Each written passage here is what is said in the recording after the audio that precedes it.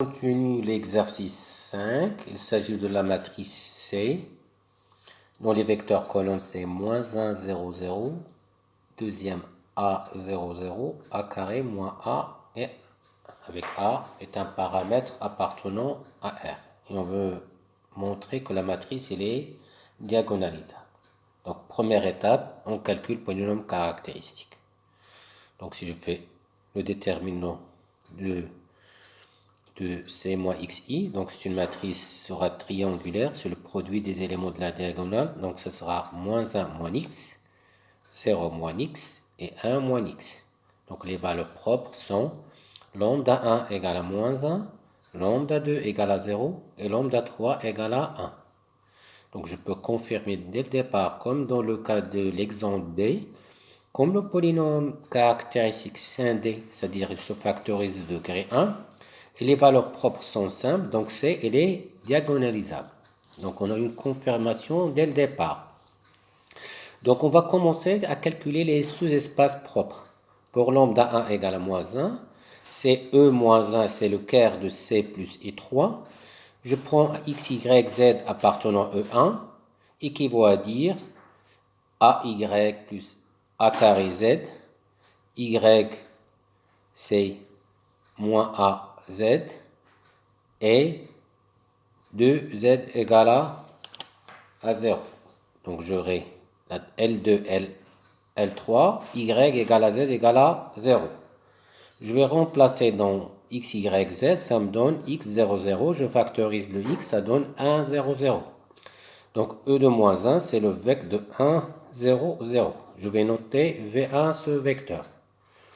Pour la deuxième valeur propre, pour lambda 2 égale à 0, je calcule E0, c'est le quart de C, soit x, y, z appartenant à E0, équivaut à dire les trois équations z égale à 0, d'accord? Et la première que je vais remplacer, ça me donne x, la deuxième L2 est compatible avec L3, et je vais remplacer dans L1, ça me donne x égale à A de y. Donc x, y, z, c'est écrit de la manière suivante. A, Y, Y, 0. Je factorise le Y, ça donne naissance à un vecteur V2, A1, 0. E0, c'est le vecteur de V2. Je vais passer à l'espace E1. Je remplace lambda 3 égale à 1. C'est E1, c'est le quart de C moins I3. Soit x, y, z appartenant à E1 équivaut à dire les trois équations suivantes. Et comme la dernière, c'est 1 moins 1, ça donne 0. 0z égale à 0, donc c'est une équation neutre. Donc j'aurai moins y moins az, je vais remplacer y égale à moins az. Je vais remplacer dans la première équation LA, ça me donne x égale à 0. Donc tout calcul fait, mon vecteur x, y, z s'écrit de la manière suivante, 0 moins A1. Donc E1 c'est le vecteur de 0 moins A1 que je note ce vecteur par V3.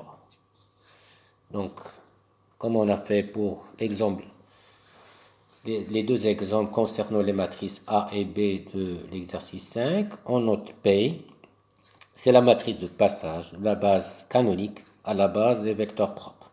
Il est formé par quoi? Par les vecteurs colonnes, par V1, V2, V3. On note PP, c'est cette base V1, V2, V3. Dans ces conditions, P moins CP, c'est une matrice diagonale. Donc on respecte toujours de la diagonale. Non? La première valeur relativement à V1, moins 1, c'est la valeur propre à V1. 0, c'est la valeur propre à V2. Et lambda 3 égale à 1, c'est la valeur propre à V3. Donc on a diagonalisé la matrice. On a formé une matrice de passage telle que P moins CP, elle est diagonale. Je répète que cette matrice diagonale, on dit qu'elle est semblable à la matrice C.